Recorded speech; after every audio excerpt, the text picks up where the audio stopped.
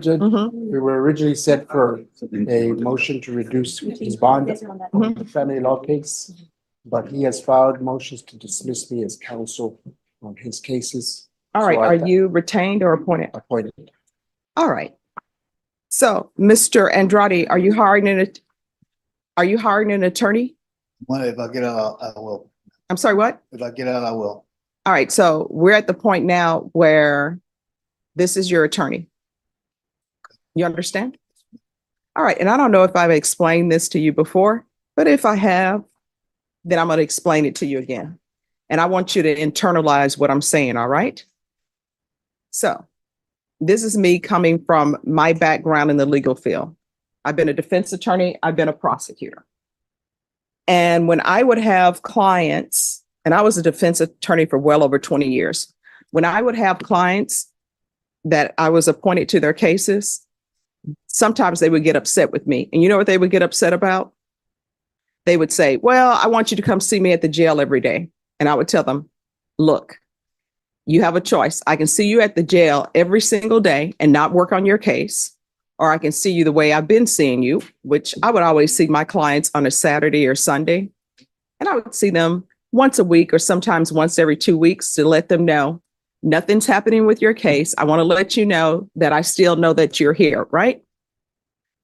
I would go to the state after reviewing the file, after talking to my client. Of course, I would always ask the state to dismiss the case, and the state would sometimes say, I'm not dismissing this case. Okay, what offer are you willing to make? And the state would make an offer. I would go to my client, I would say, this is the offer that the state has made. Then sometimes my client would get upset and say, you're doing a horrible job as my attorney. This offer is horrible. And I would tell them, look, I can't force the state to make you an offer that you want. But if there is an offer you would like me to take back to them, I will. That's called a counter offer.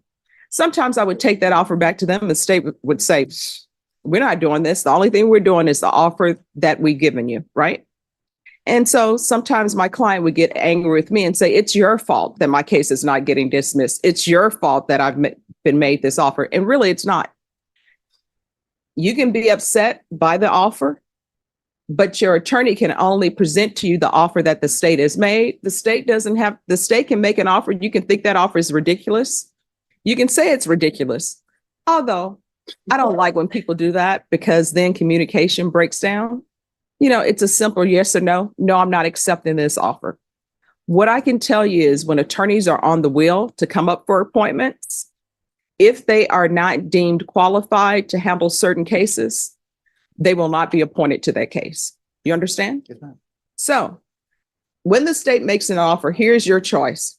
You can accept the offer or you can reject it and say, I'm not accepting anything. Or you can reject it and say, hey, defense attorney, I'm rejecting this offer, but this is what I'm willing to take. Then the defense will go back to the state and say, hey, he's rejecting this offer, but this is what he's willing to take. And then if the state says, no, we're sticking with our same offer, your counsel will come back to you and say, state's not changing their offers. This is it. Then guess what? You go to trial. I don't know why, as defense attorneys and as prosecutors, sometimes when people get in trouble with the law, they blame their counsel for it. You don't ever see anyone normally blaming a doctor. If they have a heart attack, they don't say, go to the doctor and say, it's your fault I had a heart attack. You need to correct this. Or if I have cancer, it's your fault I have cancer. You need to correct this. But what I've discovered in this profession, clients sometimes blame their counsel for the fact that their case has been dismissed, for the fact that they're in jail, when really it's not the counsel's fault. You understand? Yes, ma'am. So I'm not giving you another attorney. If you want to hire an attorney, you can.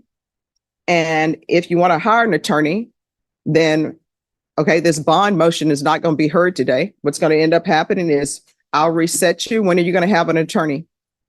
Well, you say I can, well, I just did. Judge, No, I mean, there's no, I guess I'll stick with him. If you want another attorney, then you have to retain one. I'll stick with him. Judge, just to be transparent, Judge, he's indicted as a habitual on his cases, so that would make it a first degree. And I only take second degrees. Oh, well, you should have started with that conversation. But I tell you what, this is what we'll do. We'll see if there's some sort of an agreement where this is not a first degree. If there is not that agreement, then we'll go from there. Here's a jaw dropper. The defense reveals Delgado is indicted as a habitual offender, which could elevate his charges to a first-degree felony. That changes everything. Suddenly, we're no longer talking about just probation missteps. We're talking about serious, potentially life-changing consequences. The judge even calls out the defense for not mentioning this earlier, almost frustrated that such a critical detail was buried. This moment raises the stakes dramatically. Imagine sitting in the courtroom hearing that your case just jumped levels. How would you react? Okay. All right. Thank you. Same Ralph Emmanuel Delgado, who was placed on community supervision in 2022 CR 2672 for the offense of possession of a controlled substance, penalty group 1, less than 1 gram, on April 20, 2022 for a term of 2 years. Is that you? Yes, ma'am. All right, state.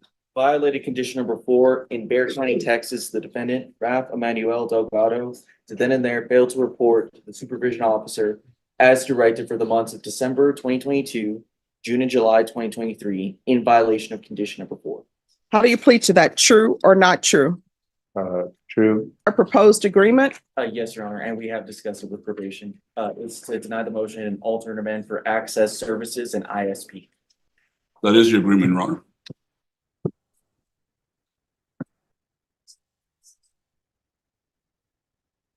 All right, Mr. Delgado, are you asking the court to follow that agreement? Yes, ma'am. Are you waiving your right to appeal? Yes, ma'am. All right, could you raise your right hand for me, please? Do you solemnly swear or affirm the testimony you give will be the truth and nothing but the truth, so help you God? Yes, ma'am. All right, you can lower your hand, state your name for the record. Ralph E. Delgado. All right, Mr. Delgado, why have you not been reporting what's going on?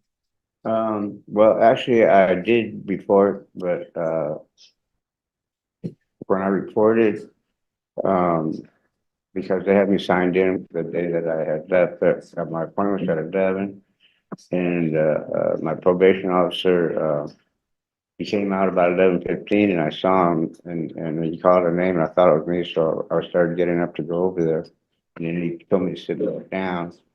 So I sat back down, and I sat there till like 12:15, 12:30, something. All right, like so you're saying this has happened each month because you have not reported for more than 1 month.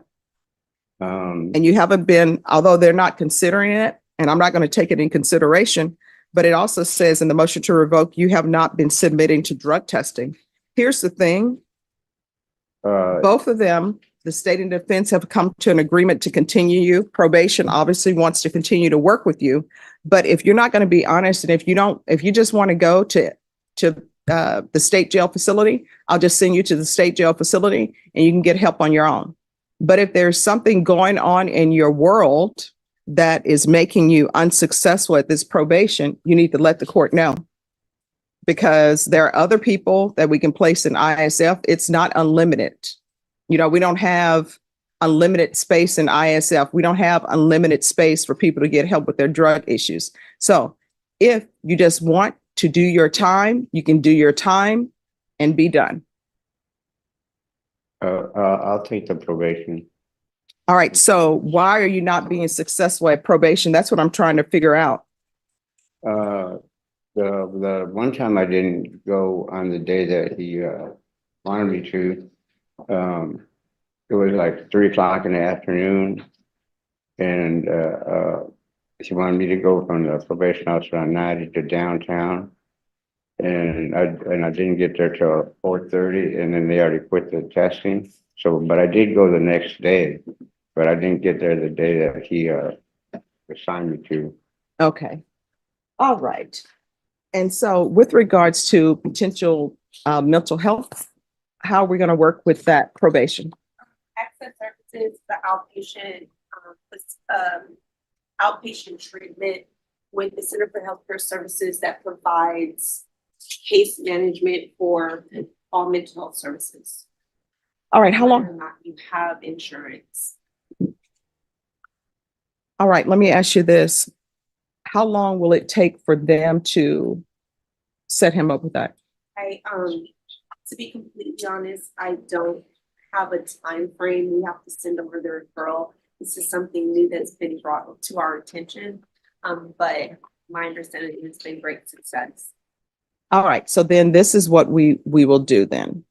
I don't think, oh, and you sent the email. Thank you so much, Bashan. All right, so then this is what I want to do. I'm going to deny the motion. Alternate amend conditions to include access services through CHCS. And instead of going to state ISF, I'm going to do a jail sanction for him.